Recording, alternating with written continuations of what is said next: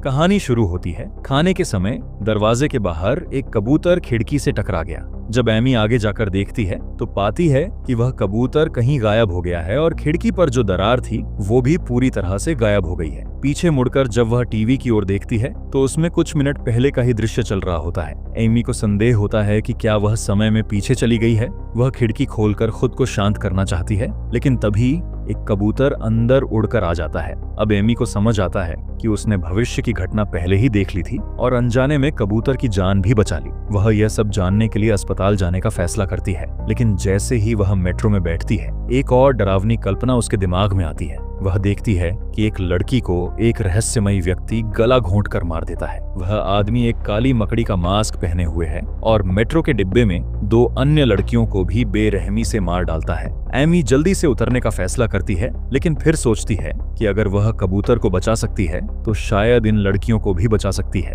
वह खुद को ट्रेन कंट्रोलर बताकर लड़कियों को उतरने को कहती है। हालांकि एक लड़की जिसे काली कहा जाता है उसे झूठा कहती है, लेकिन फिर भी सभी डिब्बे से उतर जाती हैं। तभी एमी देखती है कि वह रहस्यमय आदमी अब उनकी ओर दौड़ रहा है। वह मकड़ी का पोशाक पहनकर उल्टा छत से चिपक कर चल रहा होता है, जो किसी सामान्य इंसान के लिए संभव नहीं है। अब तीनों लड़कियां डरकर एमी के साथ दूसरे डिब्बे में छिप जाती हैं, लेकिन ट्रेन चलते ही कंडक्टर की तरफ से कुछ अजीबोगरीब आवाजें आने लगती हैं, जो इस ओर इशारा करती हैं कि वह आदमी उन्हें ढूंढ चुका है। एमी तुरंत इमरजेंसी बटन दबाकर दरवाजा खोलती है और सभी के साथ भागने लगती है। अंत में वे स्टेशन के बाहर पहुंचते हैं, जहां उन्हें पुलिस मिलती है। वे मदद की गुहार लगाते हैं, लेकिन उस काले मकड़ी वाले आदमी की रफ्तार इतनी तेज होती है कि वह पुलिस को भी मार डालता है। बाकी पुलिस वाले डरकर पीछे हटते हैं, लेकिन कोई भी उसका मुकाबला नहीं कर पाता। फिर भी पुलिस के कारण एमी और बाकी लड़कियों को भागने का थोड़ा समय मिल जाता है और वे एक टैक्सी लेकर वहां से निकल जाती हैं। गाड़ी में रेडियो ऑन करने पर एमी सुनती है कि पुलिस ने एक लाल कपड़े पहने महिला को वांछित घोषित किया है, जिसने 3 नाबालिग लड़कियों को अगवा किया है। यह सुनकर एमी हैरान रह जाती है, क्योंकि यह विवरण उसी का है। असल में मकड़ी वाले शख्स की गति इतनी तेज थी कि सीसीटीवी में वह दिखाई नहीं दिया और केवल एमी को ही लड़कियों को लेकर भागते हुए देखा गया। अब जब पूरा शहर उसकी तलाश में है, एमी लड़कियों को जंगल में एक दोस्त के यहाँ छोड़ देती है और उन्हें बाहर न निकलने की हिदायत देती है। उसे अपनी माँ की डायरी याद आती है, जिसमें एक अनोखी मकड़ी का जिक्र था जो पेरू में पाई जाती है और जिसके काटने से उसका जहर इंसान को खास शक्तियां दे सकता है। वह यह भी देखती है कि उसकी माँ की तस्वीर एक काले मकड़ी वाले आदमी के साथ है। उसे याद आता है कि भविष्य देखने की शक्ति मिलने से पहले उसे भी एक मकड़ी ने काटा था। क्या वह भी एक तरह की स्पाइडर वुमन बन चुकी है? रात को एमी लड़कियों को वापस लाने जाती है, लेकिन वहां पहुंचती है तो देखती है कि वे गायब हैं। जमीन पर मिले निशानों के सहारे वह उन्हें एक रेस्तरां में ढूंढ निकालती है, जहां वे खाना खा रही होती हैं और बाकी लोगों के साथ मस्ती कर रही होती हैं। एमी उन पर गुस्सा होती है, क्योंकि यह सब बहुत ध्यान आकर्षित करता है और खतरा बुला सकता है। तभी काली मकड़ी वाला शख्स वहां आ धमकता है और एक लड़की मीनू की हड्डी तोड़ देता है। एमी शराब की बोतल से उस पर हमला करती है, लेकिन वह आसानी से बचकर उसे उल्टा पटक देता है और वह जमीन पर गिर जाती है।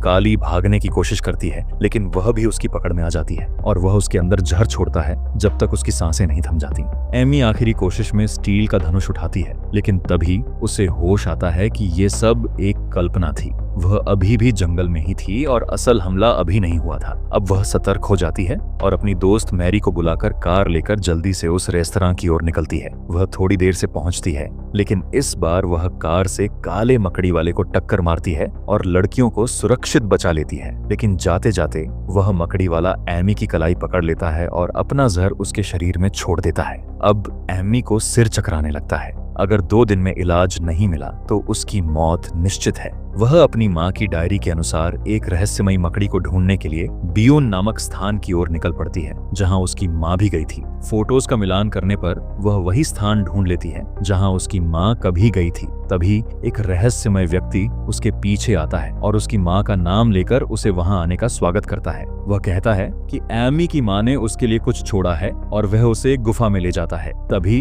एमी चौकन्नी हो जाती है। एक आदमी ने अचानक उसे खाई से धक्का दे दिया। पानी में गिरते ही एमी को एक पुरानी यादें दिखाई देती हैं। यह वही चीज थी जो उसकी माँ ने उसे तैयार करने के लिए छोड़ी थी। उस समय वह गहरे गुस्से और बदला की भावना के साथ बिरू आया था, ताकि वह इलाज के लिए एक विशेष मकड़ी को पा सके। पीछे खड़ा आदमी वही है जो अब काले मकड़ी में बदल चुका है। दोनों पहले एक साथ प्रयोग करते थे, लेकिन जब माँ ने इलाज की मकड़ी को खोज लिया तो उस आदमी ने अचानक बंदूक से बाकी शोधकर्ताओं को मार डाला। काले मकड़ी ने एक हाईटेक निगरानी प्रणाली से लड़कियों की लोकेशन का पता लगाया और फिर सारे ट्रैफिक सिग्नल्स को हरा कर दिया, जिससे शहर में भारी यातायात जाम लग गया। इस दौरान एमी ने एक एम्बुलेंस से काले मकड़ी को टक्कर मारकर स्थिति को संभाला, लेकिन काले मकड़ी ने हार मानने का नाम नहीं लिया और एमी और उसके दोस्तों का पीछा करता रहा। एमी ने तीनों लड़कियों को एम्बुलेंस में सुरक्षित स्थान पर भेजा और काले मकड़ी से बचने के लिए एक तीर धनुष का इस्तेमाल किया। एमी ने उसे एक शक्तिशाली शॉक देकर उसे कुछ समय के लिए बेहोश कर दिया, लेकिन एमी जानता था कि यह उसके लिए पूरी तरह से सुरक्षित नहीं था।